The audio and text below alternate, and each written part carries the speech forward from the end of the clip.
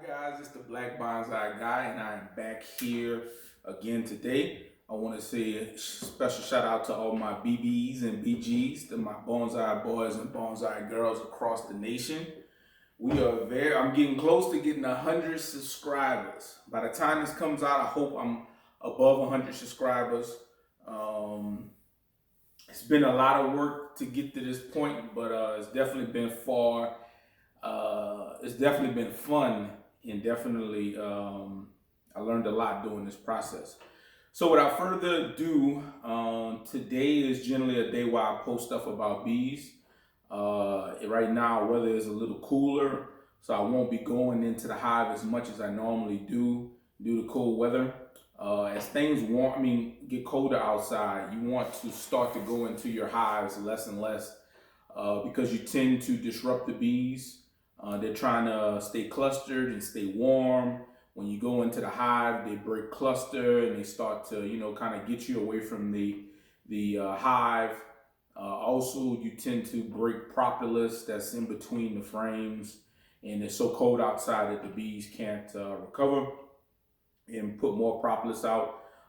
So instead of going into the hive today, I thought I would do an unboxing and kind of walk you guys through my oxalic acid process. So this will be a two-part video. Part one, I'll be doing an unboxing of the actual device I'll be using and show you how to use it on a hive.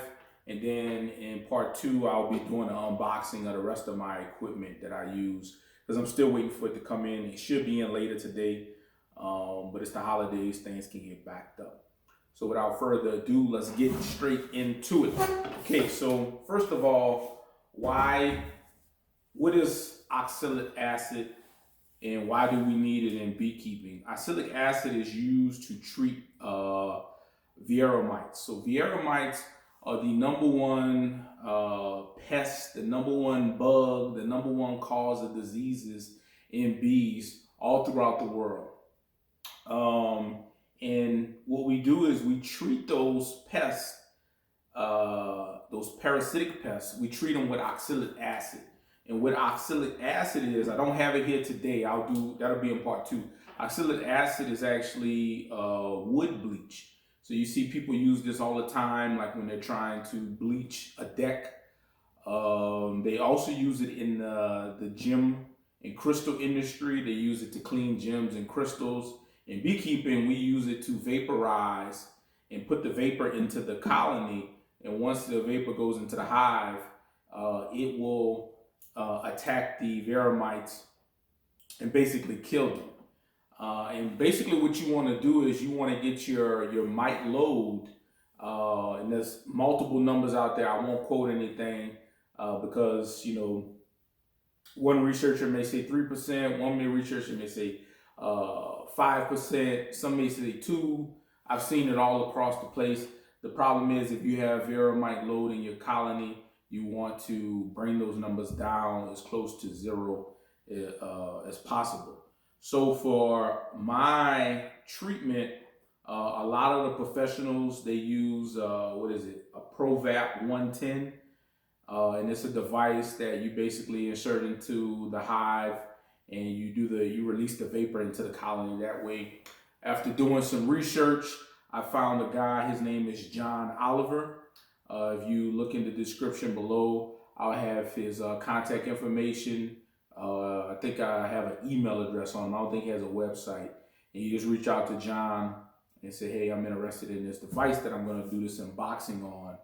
And he basically came up with his own method for vaporization. Have not seen it yet, so this is me doing the unboxing live on TV with you guys. So using my B tool here.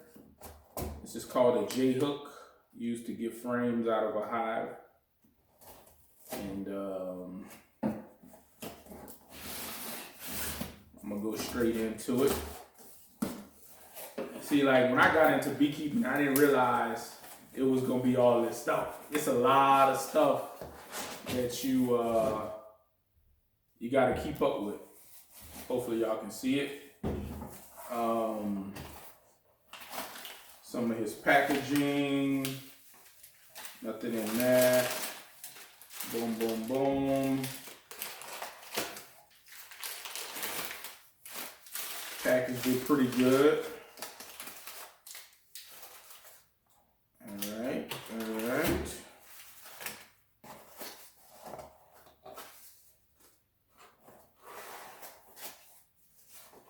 Here is a little box of some sort. And here is the actual tool. Right here, some cups and some directions, and that's all. So we'll throw that to the side, and I'll do a video when I actually treat the colony. But the way you use this tool is, let me come back to the tool first. Let me set up the colony, because a lot of times people don't know, they don't know about a hive, right? They've never really seen a hive be put together. So I decided this is a 5-frame nuke that I bought from, I think I got this from Dandon or Man Lake, one of the two. So every hive has a, this is your bottom board. This is your bottom board. This goes on the ground, and this is what the hive sits on. So notice there are 2 depths. If you put it on this side, the depth between this bottom board and this lip right here is a certain height. Then if you flip it over, it's a little deeper. The deeper is your summer setup. You want more air flowing in there. The narrower one, or the shallower one, is what you use for the summer. And to kind of show you, I mean for the winter, to kind of show you, so this is how far it goes for the winter. And then if you flip it over for the summer, it goes a little deeper. And I should have a measuring tape, because you guys probably can't see that, but if I had to eyeball it, I would say this is probably a 1/2 inch deep for the summer setup, and this is probably 3/8 of an inch for the winter. But this is your foundation, and with your foundation, you have a entrance reducer, right? And what happens is you put that entrance reducer into the front of the hive. Hopefully you guys can see that, right? And the bees come in through this opening down there, and then they go up into the hive. So I'll put this on top so I can show you. But before I go too far, I want to actually, let you guys see, because you don't get a lot of chances to see inside of a hive. Now this is a 5-frame nuke. Generally they call these a 5-frame nuke, but you can have bees in it. You could put another box on top of it. This could be your setup if you want to go with something small. Other people, they either use an 8-frame, which sticks out a little bit more, or they use a full 10-frame, right? So this is the actual super that sits on there. And this is a 5-frame super. And what you do is, actually, they do theirs a little different. Most of your entrance reducers, they sit flush with the railings on the side. Let me flip it over for the summer setup, because I believe it will feel flush. Yeah. So you put this on there like such. Make sure everything is nice and lined up. And then for your entrance reducer, you just put that at the bottom like such. Let's just make sure we level and we straight. All right, so just to kind of recap. Bee comes in, the bee flies, it lands on this landing board, it finds the opening, it goes into the opening, and then from there, it can climb the walls and get to where it needs to go. All right. So inside of the actual super, or I should say, found the frame, the brood box. That's probably a better way to say it. You actually have your frames. Now this is a frame that I had. It's an older frame, and that just slips in there, right? So this is a 5-frame nuke. So there will be 4 other frames that went into it. I'm just showing you one of them right now. So let me tilt that so you guys can see. What happens is the bees, they will lay eggs in this, on this foundation. You can't see it because all of the wax has been melted off of this one. But the bees, they will build out this honeycomb pattern with wax. And then after they build it out with wax, it'll mimic and look just like regular honeycomb, because it is regular honeycomb. And what they'll do is they'll lay their eggs in it. And the eggs go through different cycles to become full adult bees.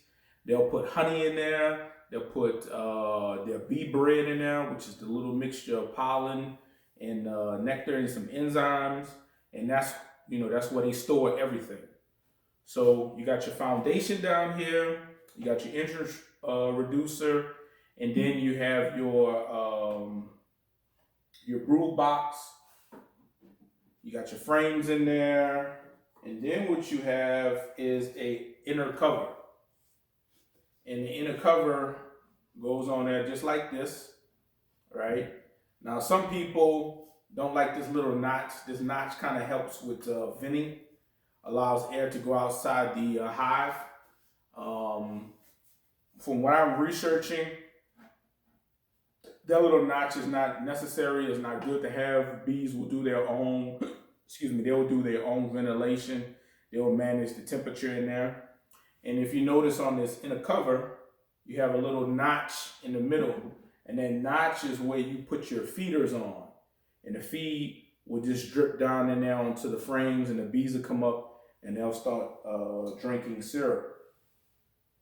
And then on top of that, you have your cover. So boom. Hopefully this is in camera and you guys can see. I'll just kind of turn it around a little bit. Now this particular 5-frame setup is new. Generally, people will paint the outsides of them, or they will use various types of bee-approved sealers to seal the wood. Some people even melt the bee foundation or the bee's wax, and they actually dip the whole thing in it, and it gives it a nice coating. But this is a miniaturized version of what I'm running in the backyard. Back to the Pro Vap. Well, not the Pro Vap. The Easy Vap Pro. Again, this is by John Olivier. I'll leave his information below. The one that most professionals have been using, I've heard that it has issues with it. It breaks after a while. There's some type of defects that go with it. And this guy, John Olivier, apparently he came up with a nice, robust design that'll last you a long time. And it'll provide the same results, if not better, at a fraction of the price. I think for the total device, I spent maybe 100 and let's see, no receipt, but it was a little under $200 by the time you do shipping and all that good stuff. And he kind of gives instructions on how to use it, and I'll go through those in a second. But the way this works is you have a little chamber here. Hopefully you guys can see a little chamber there, and that's where you use these little cups right here, and they have a little indentation in the cup. You fill that cup with the oxalic acid crystals, right? And from what I've seen online, a lot of professionals, they'll leave the crystals in it like this, kind of wedge it in there. And then what happens is, what you want to do, there's some setup that has to happen on your hive before you use the tool. Let me just take this off for now. Take that off for now. What you want to do is, you want to drill a hole in the back of your hive in the on your baseboard. And I think the size of the hole is like 1/4 inch or something like that. I forget what the exact measurement is.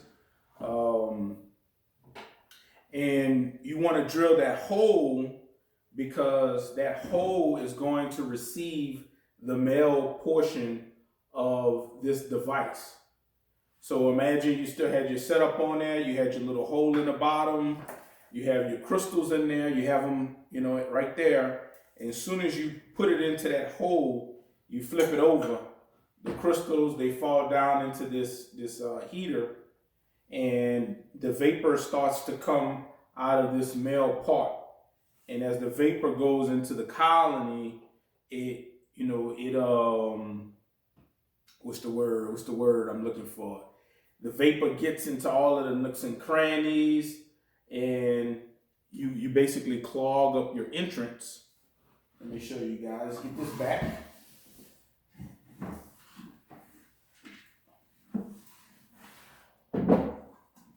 Get this back. You will put a towel or something in your entrance opener to where the vapor can't escape. And then what you would do is, like I said, you put the male portion of this in there. You let the crystals fall down in there. They'll heat up. The vapor comes out, and then what it'll start to do is impregnate the whole hive with the vapor. And I'm not sure how long you're supposed to leave it in there for, but I know all of the information is in here.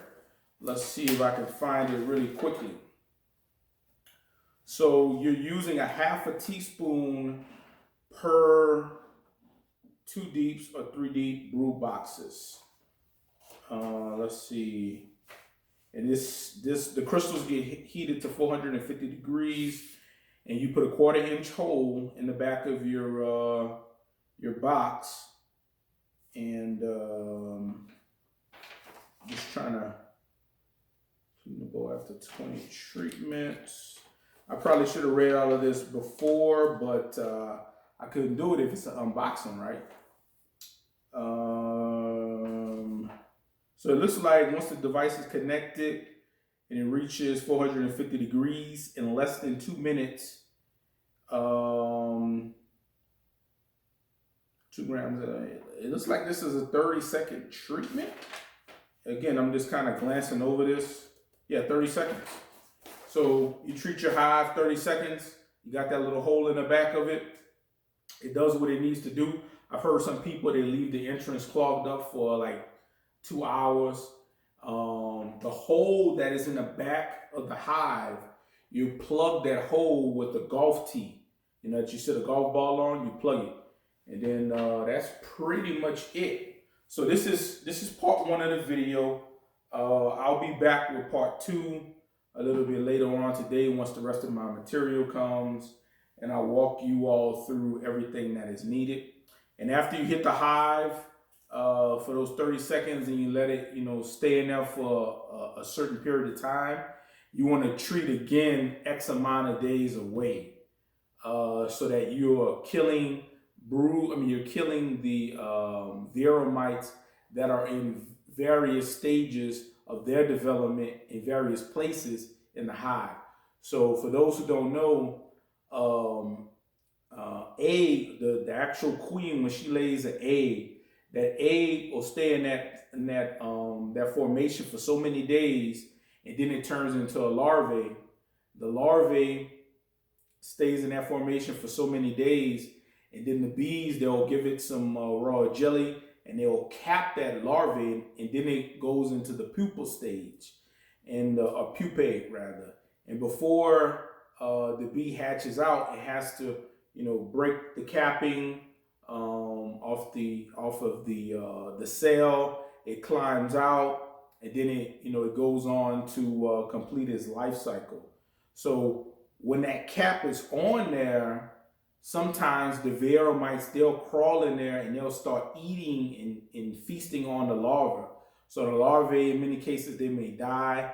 They may come out with deformed wings. They may be passed all types of diseases. So that's why you want to treat the Vero mite, hit it, come back so many days, hit it again, come back so many days, hit it again, come back so many days, hit it again, because the majority of the Vero mite load is going to be under the capping. And if you do a vapor treatment, that vapor cannot pass that capping, but that mite is still over there eating on the larvae. So that's like my 101 in my treatment. Like I said, I'll be back when I get the rest of the equipment to show you guys the full-blown setup. Again, I want to thank all my BBs and BGs. If you're new to the show, that's Bonsai Boys and Bonsai Girls. Thank you for joining me again today. I'll be back with part 2 to kind of wrap this up, and then I'll do my part 3 when I actually give the treatments to the hive. I'm out.